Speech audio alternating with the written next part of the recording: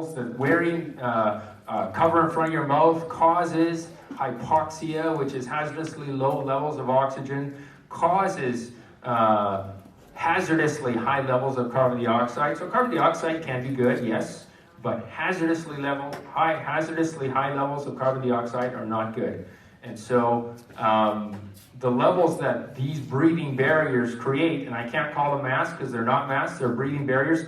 Make sure you never, ever, ever let your child, grandchild, whatever, ever have to put one of these on, because it's dangerous to their health, it's dangerous to their life, and it can cause medical emergencies, especially for children and those with pre-existing medical conditions. But anybody's at risk, because you block these two holes on your face, and you can't get normal oxygen airflow out of atmosphere. You're causing a problem for yourself, and it could be life-threatening. It's that simple. You need air to freely flow in and out. And that's why, in safety, they are sophisticated respirators so that people can breathe easily, effortlessly in and out, while still offering respiratory protection.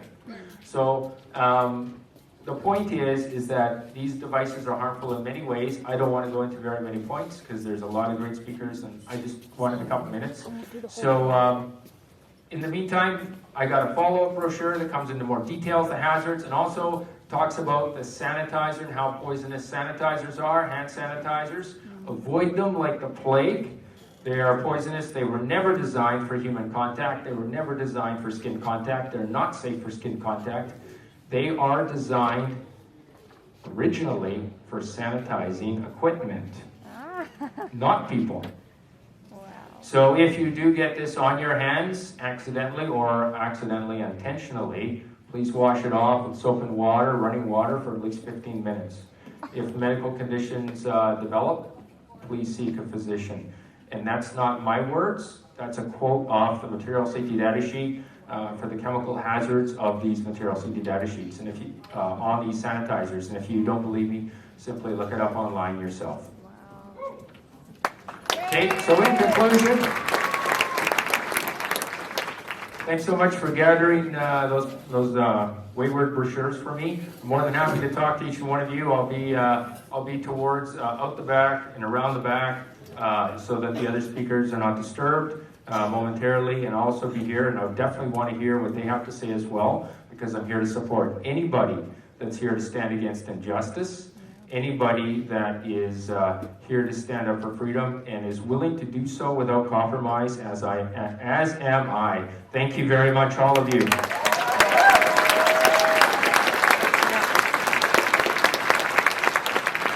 Thank you, Chris. And Chris, you're hanging around afterwards, after all the speakers too, and chat with everybody. We'll see how long. Everybody's going to stick around afterwards and chat, and Dr. Makis here to speak to you. Yes. Another very brave man who's fighting against the system. Dr. William Makis is an Edmonton radiologist and oncologist, recently making international news on his exposure of the deaths in Canadian doctors after the rollout of all the shots. Ladies and gentlemen, let's bring up Dr. Makis.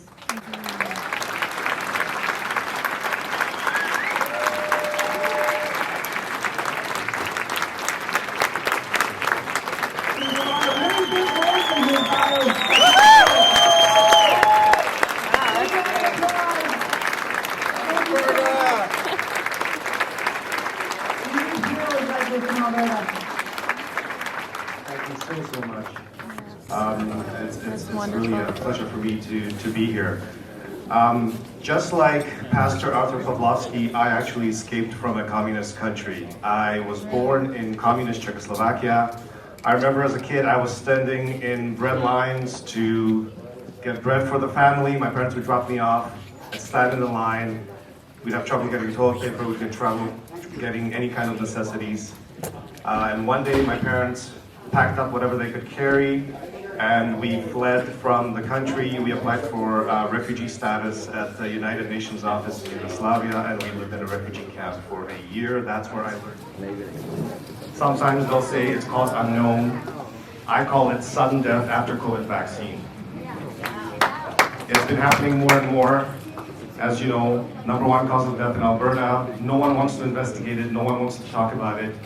What I'm going to tell you tonight, no one is going to admit to or say, no one from healthcare, no one from the government.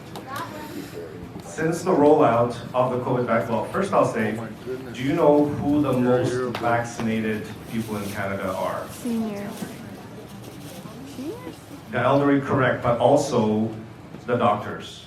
Really? Canadian doctors are the most vaccinated. They're always the first in line for their vaccines. They're always the first in line for their booster shots. Every practicing doctor in Canada has had at least 4 shots, 4 jabs, and there are many doctors who have had their 5th jab recently.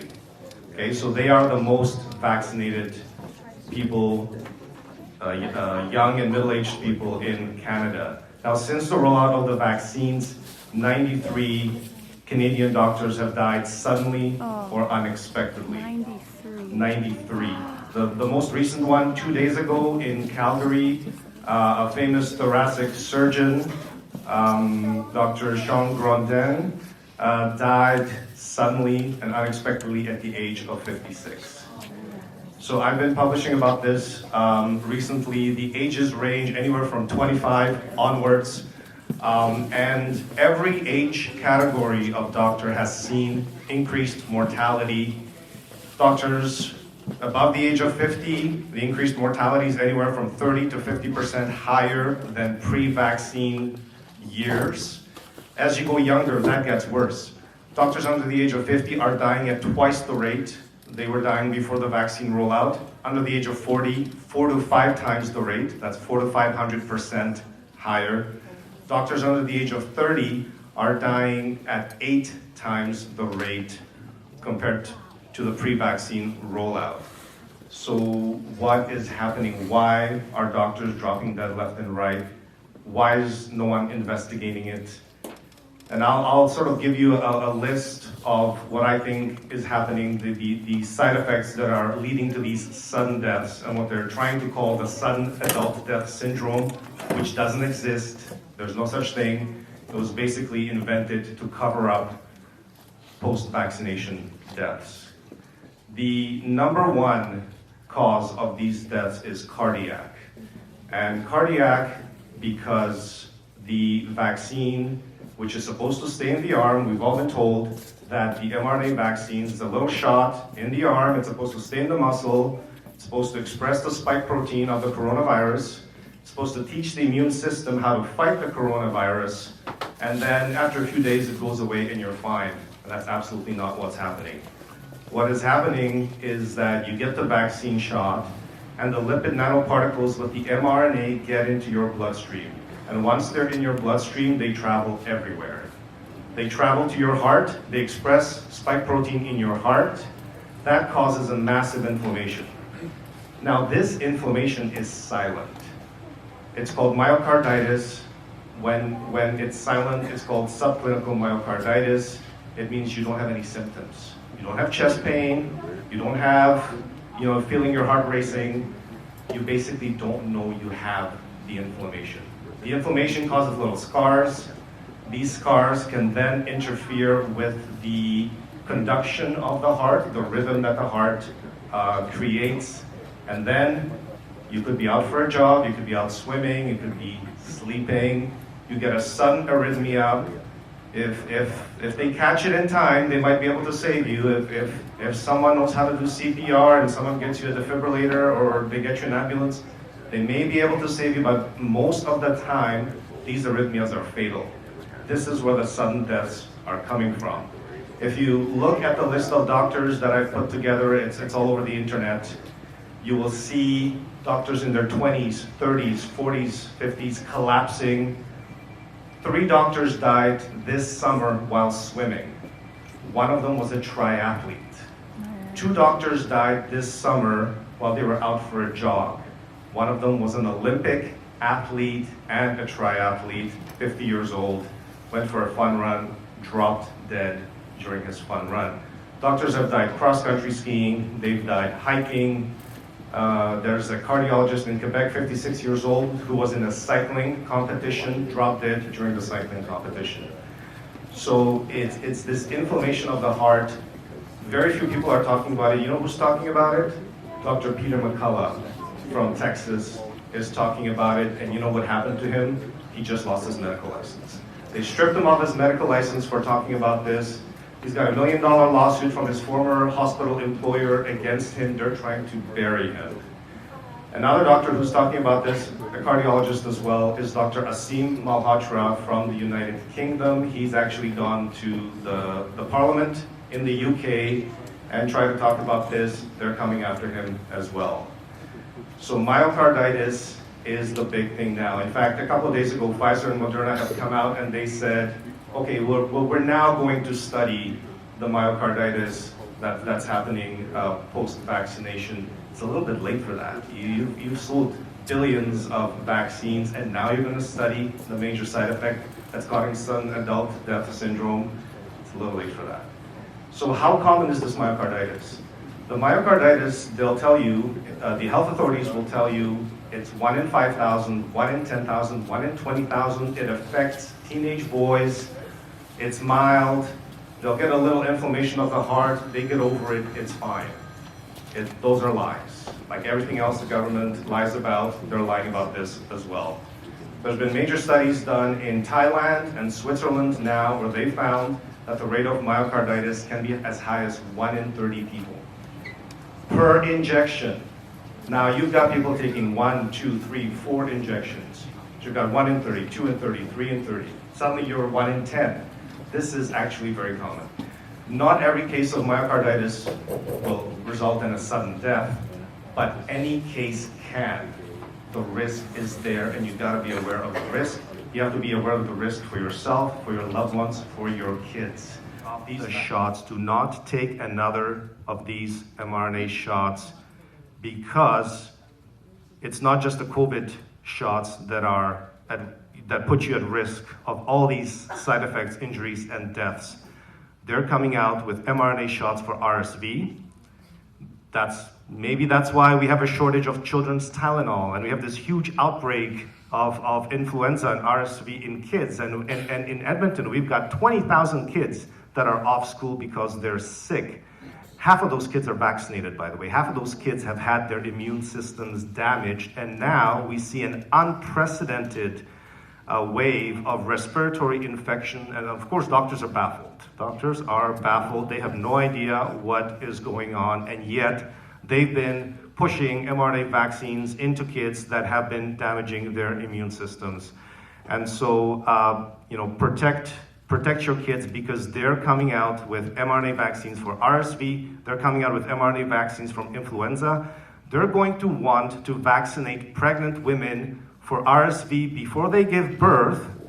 They claim that so the infants will have protection against RSV when they're born. They want to push out more products. The COVID mRNA vaccines was just the beginning. That was the first one. They want to put out a lot more, and they don't want you to have access to anything else, because they want to push that on you. They want to leave that as your only option. Trudeau just did a huge photo op in Laval, Quebec, of the mRNA vaccine factory that his government is funding.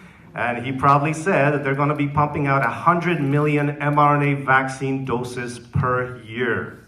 100 million doses. Who's going to take those doses? I'm not. My kids are not. Who's going to take? How are you going to convince people to take 100 million mRNA vaccine doses? These guys are going all in on this. Okay? So please protect your kids, protect your loved ones, protect whoever you can from the risks of the vaccines. If you want to ask me any questions, I'm going to be around after. I'll be happy to answer any questions. Thank you very much for having me tonight.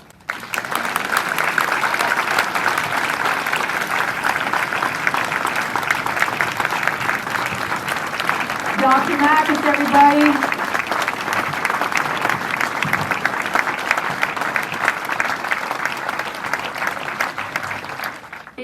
Involves creating CAs within our province, and I have here your very own Tracy Halliday, who's going to give you a quick little spiel on what a CA is and some information on it.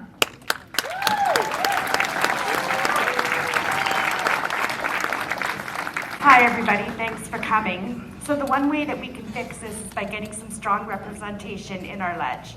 So how we can do that is by creating, CA.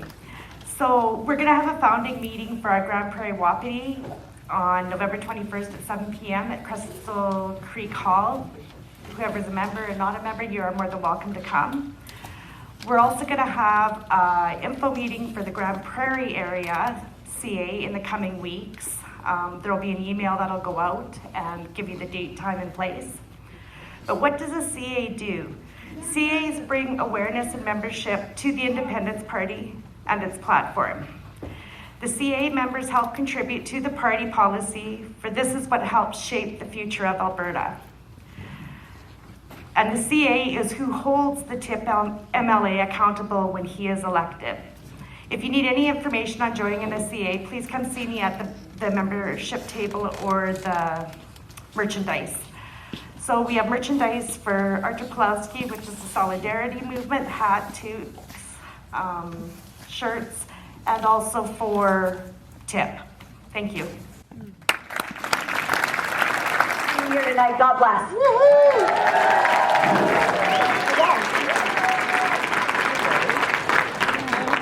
Right now, just looking at all of your beautiful faces. You guys are the hope, you guys are the dream, you guys are the change. We're so excited to be here, and we're so excited you're here too.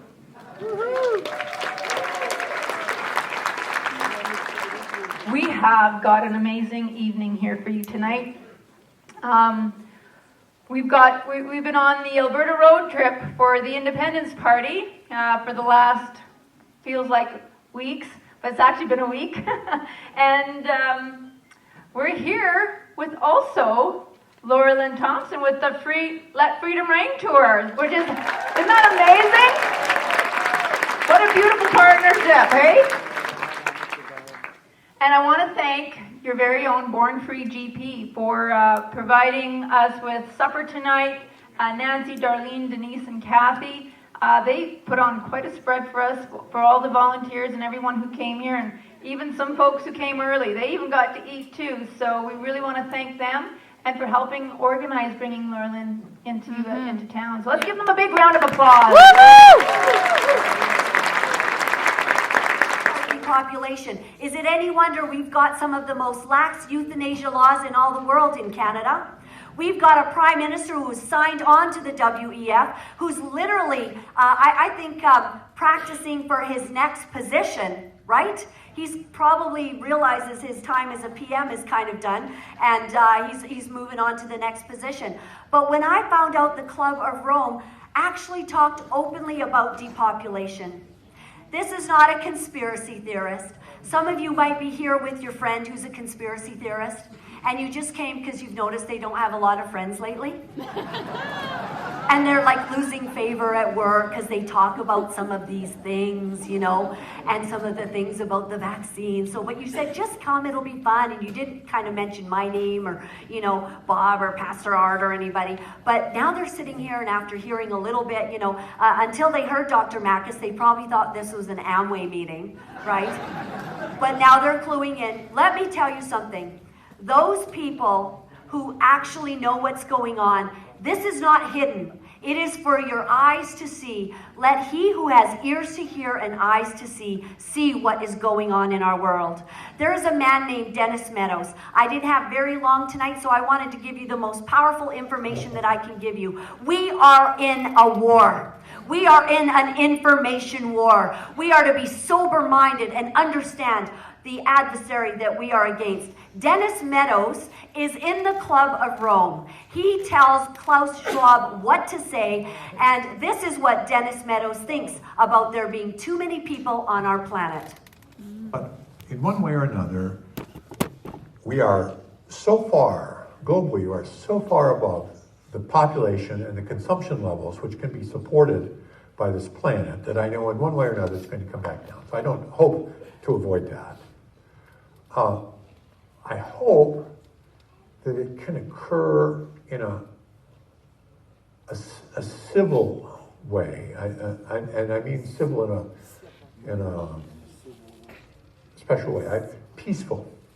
Peace doesn't mean that everybody's happy, but it means that conflict isn't solved through violence, through force, but rather in other ways. And so that's what I hope for.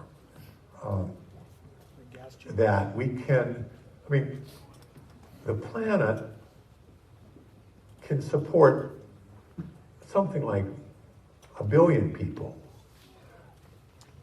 maybe 2 billion, depending on how much liberty and how much material consumption you want to have. If you want more liberty and more consumption, you have to have fewer people. And conversely, you can have more people. I mean, we could even have 8 or 9 billion probably if we have a very strong dictatorship, which is smart. That's, unfortunately, you never have smart dictatorships. They're always stupid. So, but if you had a smart dictatorship and a low standard of living, you could have, but we want to have freedom and we want to have a high census, so we're going to have 1 billion people. And we're now at 7, so we have to get back down. I hope that this can be slow, relatively slow, and that it can be done in a way which is relatively equal, so that people share the experience and you don't have a few rich, trying to force everybody else to deal with it. So those are my hopes. I mean, these are pretty pessimistic hopes, but that's what lies ahead. That's what's about to happen. So in a special and a peaceful way, we somehow have to get the planet from 7 billion down to 1 billion. We hope it takes a while and we can all join in the experience. Do you know what I have to say to Mr. Dennis Meadows? Your family first, pal. So what do you think this is all about? When we see, have you noticed the food supply chain all being messed with? Have you noticed our climate being messed with?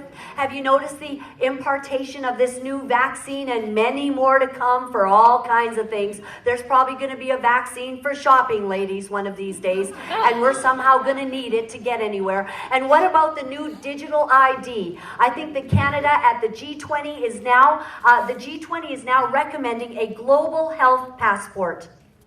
What will that mean to all of us? We don't eat, we don't travel, and they take away the joy of living. How many of you, because... This is what convinces people to accept, to legitimize total biometric surveillance. If we want to stop this epidemic, we need not just to monitor people, we need to monitor what's happening under their skin. What we have seen so far is corporations and governments collecting data about where we go, who we meet, what movies we watch. The next phase is the surveillance going under our skin. We now see mass surveillance systems established even in democratic countries, which previously rejected them. And we also see a change in the nature of surveillance. Previously, surveillance was mainly above the skin. Now it's going under the skin. Governments want to know not just where we go or who we meet. Above all, they want to know what is happening under our skin. What's our body temperature? What's our blood pressure? What is our medical condition? Now humans are developing even bigger powers than ever before. We are really acquiring divine powers of creation and destruction. We are really upgrading humans into gods. We are acquiring, for instance, the power to re-engineer life. Humans are now hackable animals. The whole idea that humans have, they have this soul or spirit and they have free will and nobody knows what's happening inside me. So whatever I choose, whether in the election or whether in the supermarket, this is my free will, that's over. I mean, all this story about Jesus rising from the dead and being the Son of God, this is fake news. So that's the guy that everybody out there is listening to. He says a lot more things about how they would like to have communication, AI going on, that we will literally be one with, with the machines that are Symbii? Semi-I? Sure. Exactly. Did you want to come up here and share a couple of things? Okay. Exactly, right? I had a lady named Dr. Carrie Madej. Have any of you seen her? Isn't she fabulous? A Christian doctor. I had her on 2 years ago, and honestly, I thought she was kind of so radical that maybe I couldn't have her on again. She was just so weird. She was saying that she had gone to a conference, and this was many years ago, and they were telling all of the doctors that in years to come, what would happen is, say that you get home and you'd like that light to go on. You would be able to think it, and the light would turn on. You'd be able to turn your coffee pot on. This is where the world's going. Yuval Noah Harari, they want to take free will because that is the only thing God gave us that is more powerful than anything the enemy could ever offer us. Free will is important. They're after our free will. Because if you heard what he said in the middle of that clip, he said, choosing who you'll vote for and all of this, that's the past, having free will, having a soul and a spirit. That's all passé. They want us to become one with AI. And when you can say, I'd like that light to go on, Carrie Madej said, well, then they can begin to translate into you what they want you to be thinking. We are coming to a time that is so dangerous we cannot have our eyes shut. Not for a moment. We cannot accept this. And the very, very good thing is that all of this knowledge is coming out. The Prime Minister of our country has done us a great service. He has shown us he's a little nutty, and he's a pawn of the WEF, but he has shown us, because he's done it so ineptly, that there is something really bad going on because nothing makes sense. Do you feel like nothing makes sense? And you've lost friends and loved ones over trying to explain some things that are going on, and there's not a lot of listening? I've decided one thing.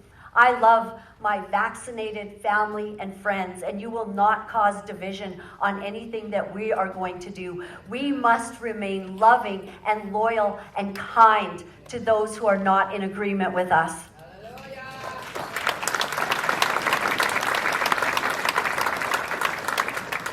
But the next thing that I'm not going to accept is when people begin to try to dehumanize us or take away our dignity because of free will. This whole COVID thing, this was an attack against free will. Our country, founded on principles of freedom, gives us the opportunity to choose. I thought it was my body, my choice. What happened to that? When it doesn't fit their narrative, it all switches around. So I've decided I can't really pay much attention to anything that they're saying. I've got to guard myself from all of that, and I have got to hear what the Sovereign Lord says. The Charter of Freedom and Rights is founded under the sovereignty of God. And it will be God and God alone who tells me what will go into my body and where I can go, what I will do, and what decisions I will make. The government is trying to take that away from us. In Canada, you get to be gay, heterosexual, imagine that. You get to be pansexual, don't know what it means, don't want to know. You get to be anything that you want. You can identify as someone of a different age. You can identify as a cat. But what you cannot do is mess with my children, and you may not tell me what I have to live like. Our freedom is at stake. And so I defy all of that. And when I look back into those that have fought for freedom, it's been all the way since the days of Jesus, because he died so that we would be able to choose this day whom we would serve. Amen. So I've been having a blast just realizing that they're going to continue to get crazier, and I'm just going to have a sound mind. They're going to get nuttier and try to instill fear. Do not let them instill fear. The one thing we've got to do is to be able to stand strong, stand powerfully, and stand with people that are of like mind. I'm pretty excited about this party. I might just have to move to Alberta just to figure out how to vote for them. And I'm very, very blessed that they would give me some time to be with you all. Stand strong. And know this for sure, that we are protected from the moment that we get up in the morning. I live every single day knowing this, that when God says it is time for Prime Minister Trudeau to go, he just has to flick his baby finger and that dude is gone. And I wake up every single day knowing that I have conquered fear. I've conquered the fear of people and what others feel about me. Can you all agree to try to do that this year?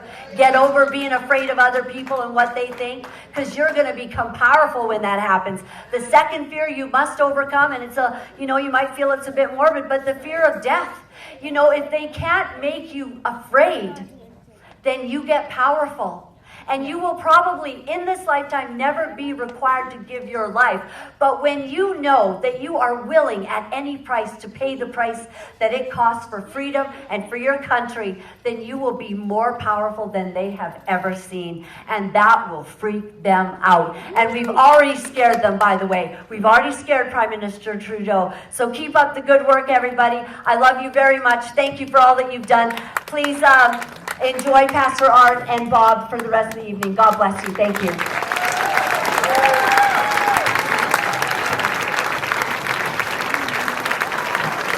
Laura-Lynn, everybody. Woo. And I think she should move to Alberta.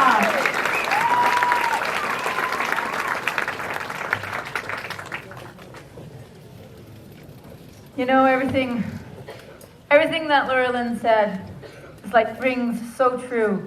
We've already had 2 pastors in our history of Alberta that have been premiered back to back, and for over 30 years.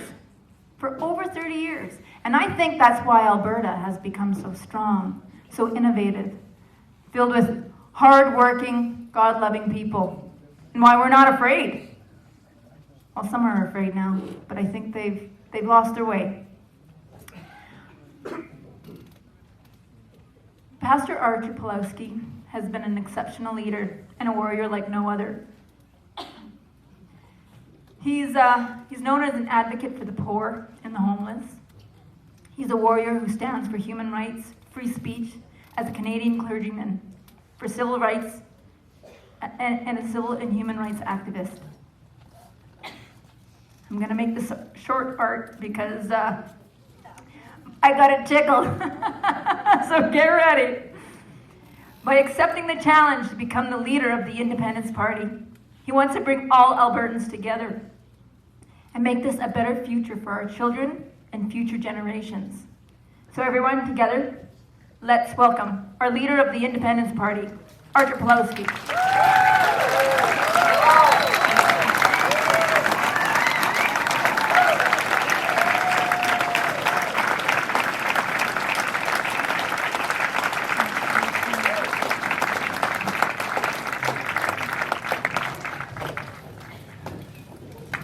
Thank you so very much. It's an honor to be here in this northern part of Alberta.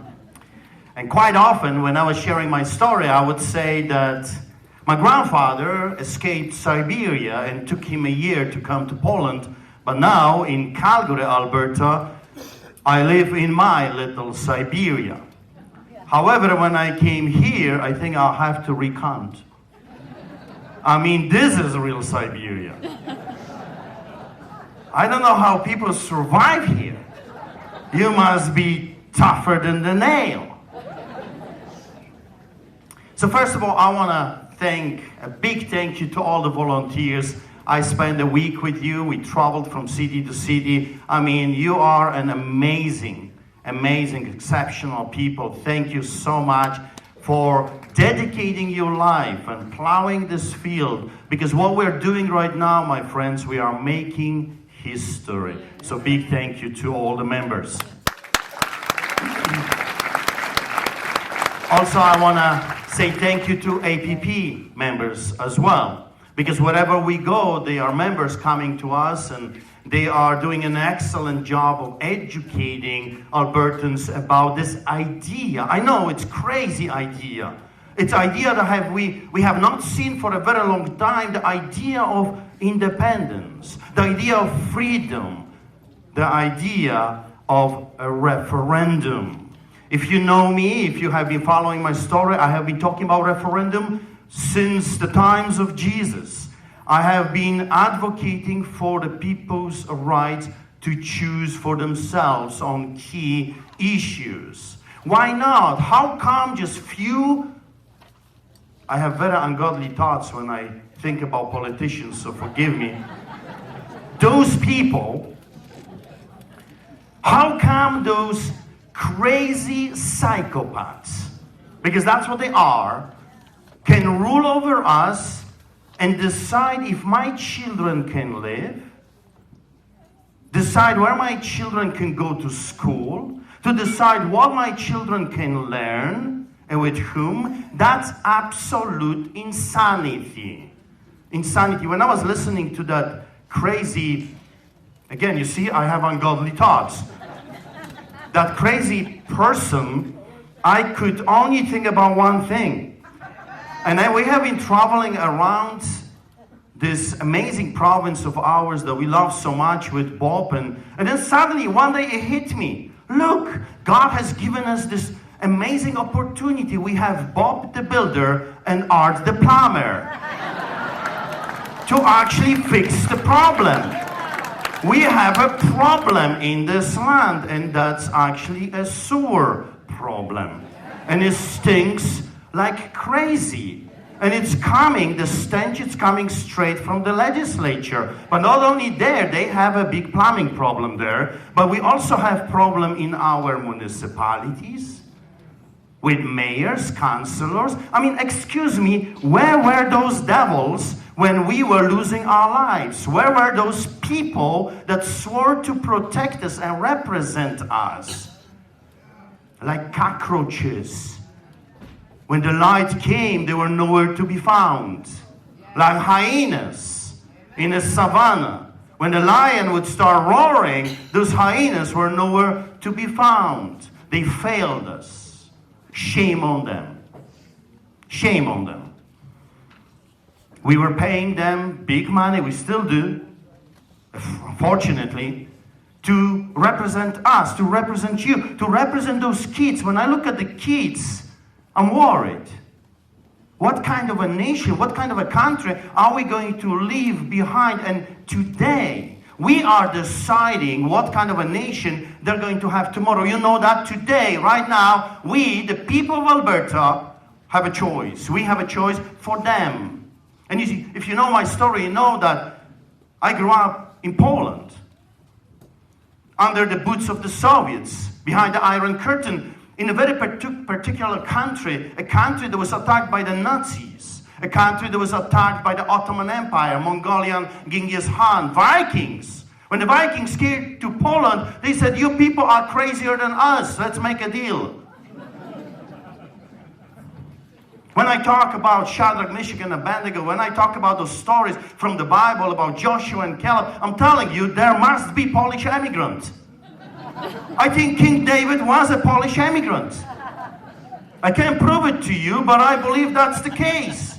Because they were willing. You see, King David smelled like a sheep. He was a nobody. He was a foreigner. He was an outsider. Even his own father didn't believe in him. And yet he stood against the giant of his days.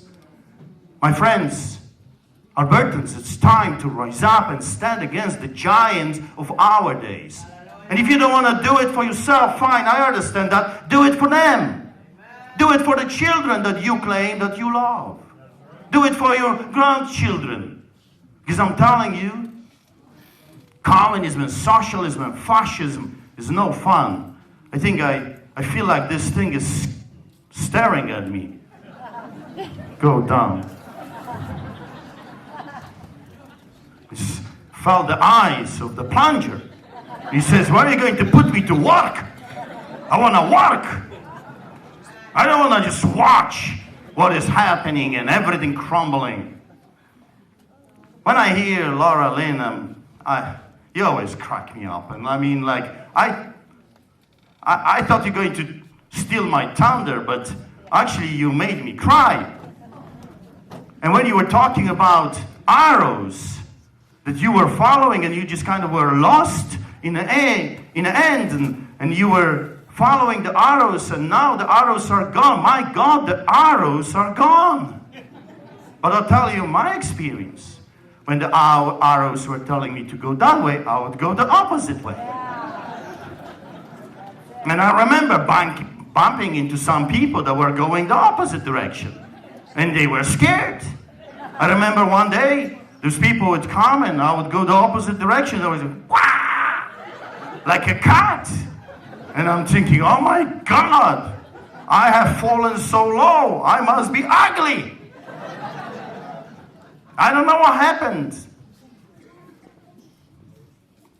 I would always go the opposite direction.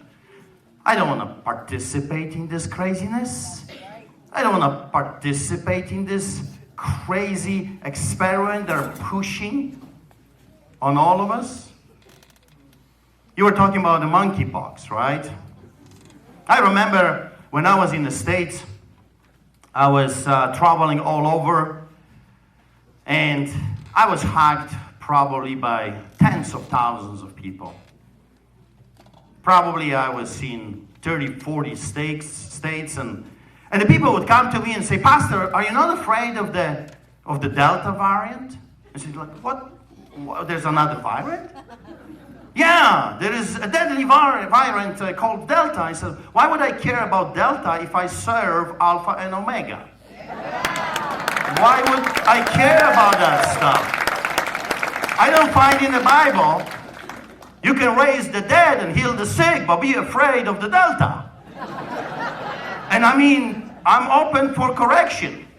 If there are any theologians here, I can have a debate with you. I read the Bible, believe it or not. Most Christians didn't. And definitely pastors didn't, because if they did, they would never shut down their doors. If they actually believed in what they preach every Sunday, they would never do this to us. Never ever. They would never segregate their own people. They would never separate their own people. They would never muzzle them like some kind of dogs and guard the doors with some kind of a Nazi passport. If they actually read the Bible, here is what they would find. That my God is bigger than all their idols combined together. That my God is bigger than all the viruses combined together. It doesn't mean that we don't get sick. It doesn't mean that sometimes good people do die. Bad things do happen to good people as well. But I'm telling you, I have been looking all across North America for that monkey business, and I have found it. A lot of monkeys at the legislature playing some kind of a zoo game, swinging back and forth and having a good time at the Sky Palace. Hypocrisy. Because you got to remember, the same cats, or let's call them monkeys. Oh, Pastor, you should not call people names. So those monkeys,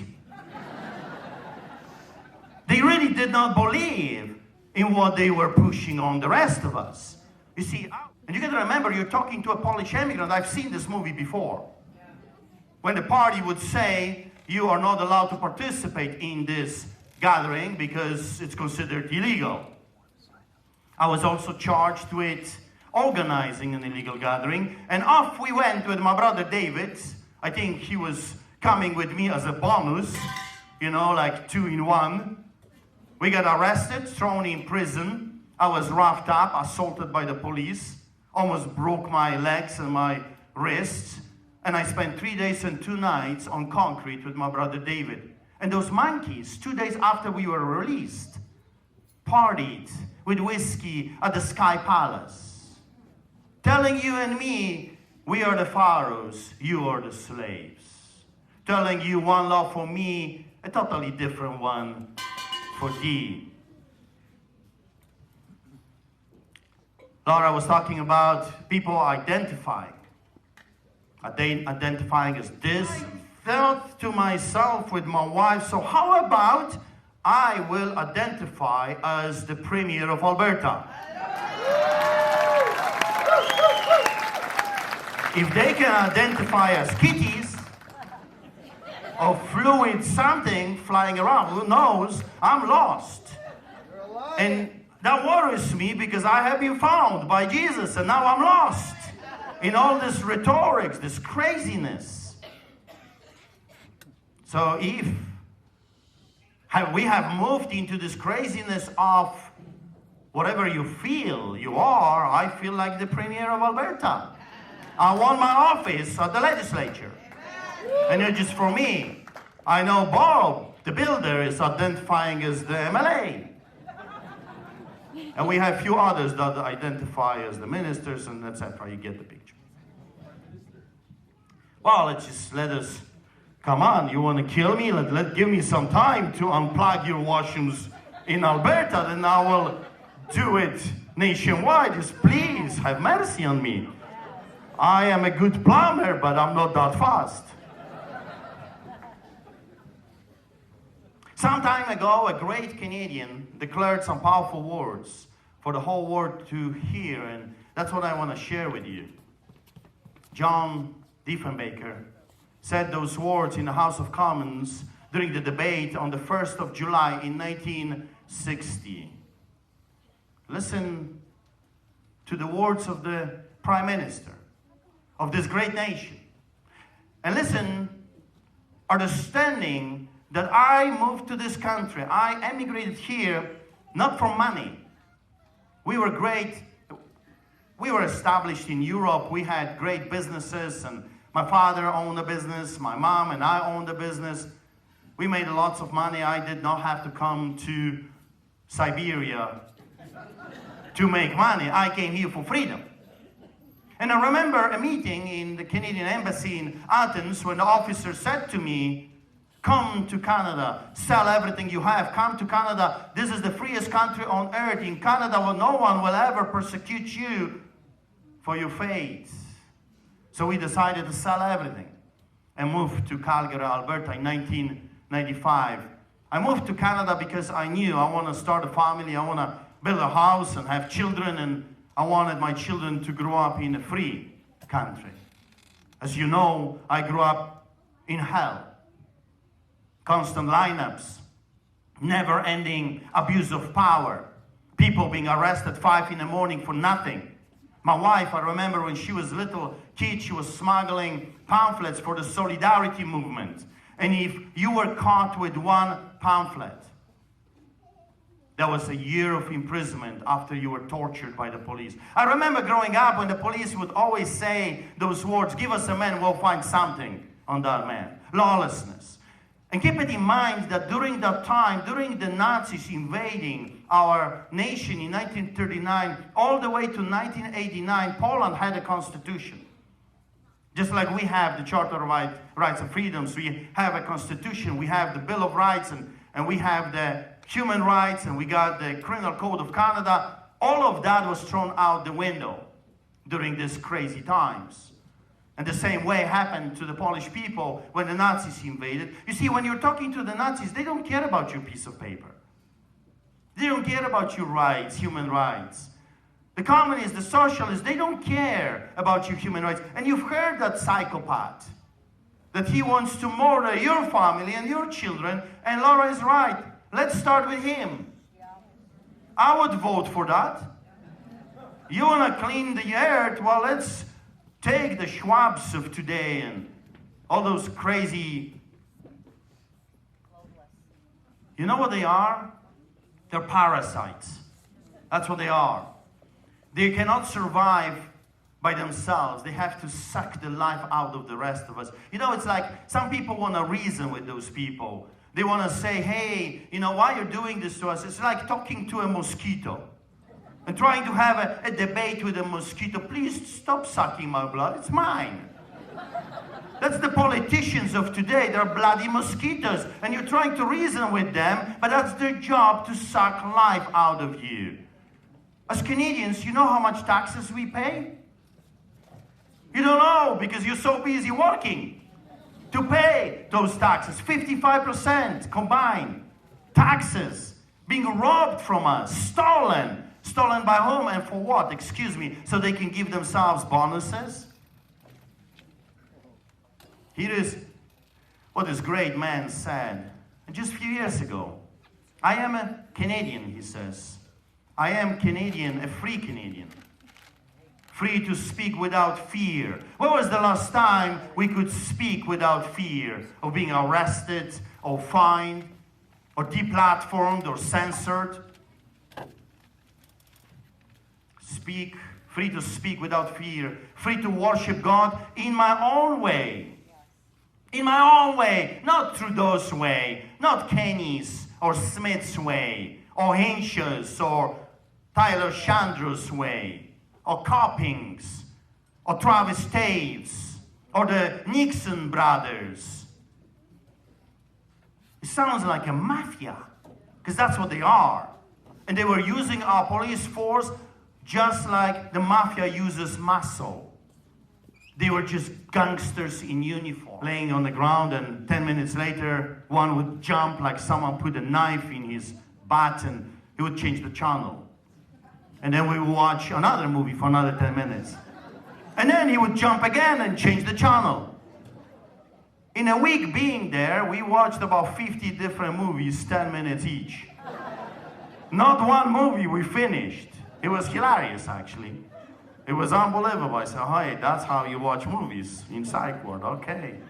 New. You see, I have to admit to you, I'm new at this. And I'm learning. Now I'm seasoned criminal. And to be here, I had to get a probation in writing. I had to receive a permission to be here in writing from my probation officer because I am on house arrest. And from 7 p.m., for whatever reason, I have not figured it out yet, the government thinks that after 7 p.m. I activate. And I become super dangerous. Maybe there is something to this. I don't know. It's 9:18. Maybe I'm activating my superpowers of cleaning. Maybe that's what they are afraid of. Free to oppose what I believe wrong. Free to choose those who govern my country. That's why I'm here.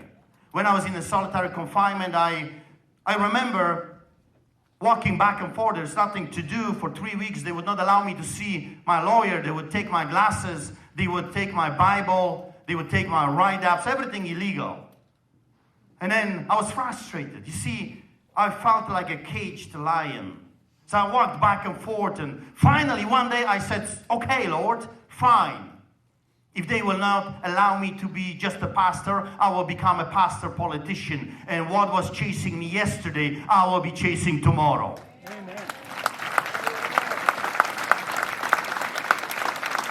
So today, God has given us an opportunity to choose those who will govern our land. And I remember when Bob came to my house with Vicky and Catherine, and they said, would you consider running for the leadership of this party? I said, what do you see here? Stupid? I'm not interested in the political arena. It's like being in the middle of a snake pit. I have to buy myself a big rubber boots. And by the way, if you know a shop that I can buy it, because I'm bitten left and right since I became the leader. The UCP government already tried to bribe me. They already offered me a fancy job. They already came to me and they said, hey, if you cross the floors, we will guarantee you a seat. Wow. Excuse me, who do you see, a pastor or a whore of Babylon? Yeah. I don't cross the floor. Amen. I'm not a Judas Iscariot. And I will leave it in the hands of Albertans. If for a change, if you want someone that fears God more than he fears men, then I am at your service and I'll become the best plumber that this province have ever seen.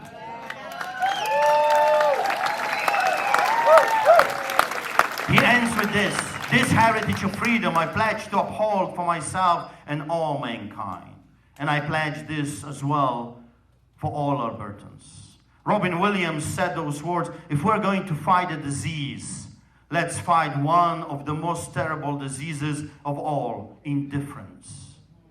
We got to look at our children and we have to ask ourselves this very simple question. What kind of a country, what kind of a nation, what kind of a land I am going to leave behind?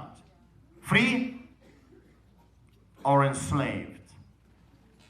Ralph Waldo Emerson said those words, God will not have his work made manifest by cowards. And then there is this old proverb that says, a man without courage is a knife without an edge. God has given us an opportunity. He has given us David, if you will, in the form of this party.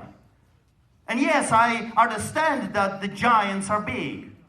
I understand that they have lots of money and they have lots of influence. I understand that, but you know what? My God is bigger than all of their power, money, titles, Schwabs, Gates, Clintons, Obamas, Justin Trudeau's, Castro's, and all the communists combined together with all their Nazi friends. And perhaps for the first time in a very long time, God is knocking at the hearts of Albertans, asking a simple question. What do you want? Because I promise you this, I will not be juggling for you. I'll not be kissing your butts to get elected. I'll not be lying to you left and right, telling you what you want to hear. If you don't want a man like me, after so many years of suffering for Albertans, for Canadians, then please vote for Notley or vote for your new savior of Alberta that so far has done absolutely nothing except bringing back to the office the same villains that did this to us in the first place. The villains that muzzled our children, the villains that are jobbing us left and right, the villains that partied at the Sky Palace with their boss, the same people. Tyler Chandro, when he was the Minister of Health, he sent those Gestapo to my church, to your restaurants, to your businesses. Now he was rewarded to become the Minister of Justice. What kind of a justice is going to come from that devil? Copying, Minister of Health, the same man that shut down the schools, is in power. The Nixon brothers, Travis Taves, that snake that partied with his boss, laughing in the face of Albertans, telling you, you do not deserve to see your grandparents. You cannot visit your children. You cannot say goodbye to your dying ones. Shame on them. That makes me mad. And they are in power right now. And Albertans are looking at their new savior and are saying, that's my hope that is coming from. As a builder, I'll tell you this.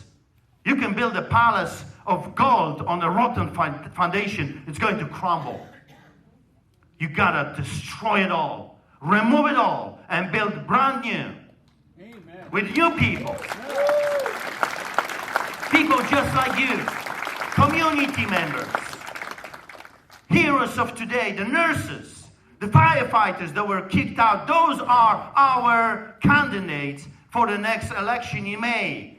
We will have nurses that were fired. We will try to get doctors that were fired. We'll try to get firefighters, ex-police officers, teachers that were kicked out like dogs, not deserving to teach children.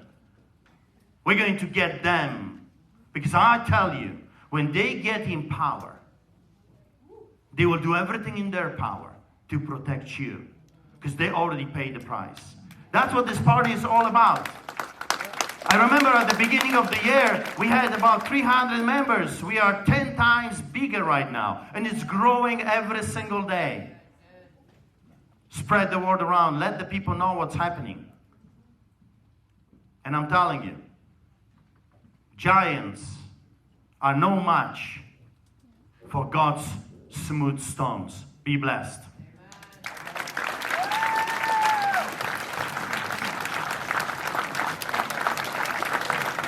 Artur, Pawlowski, everybody.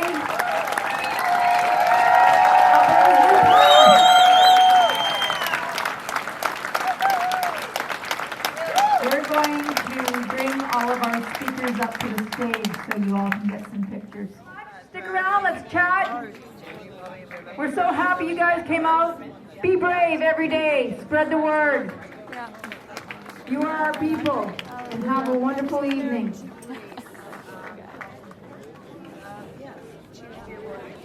Wonderful.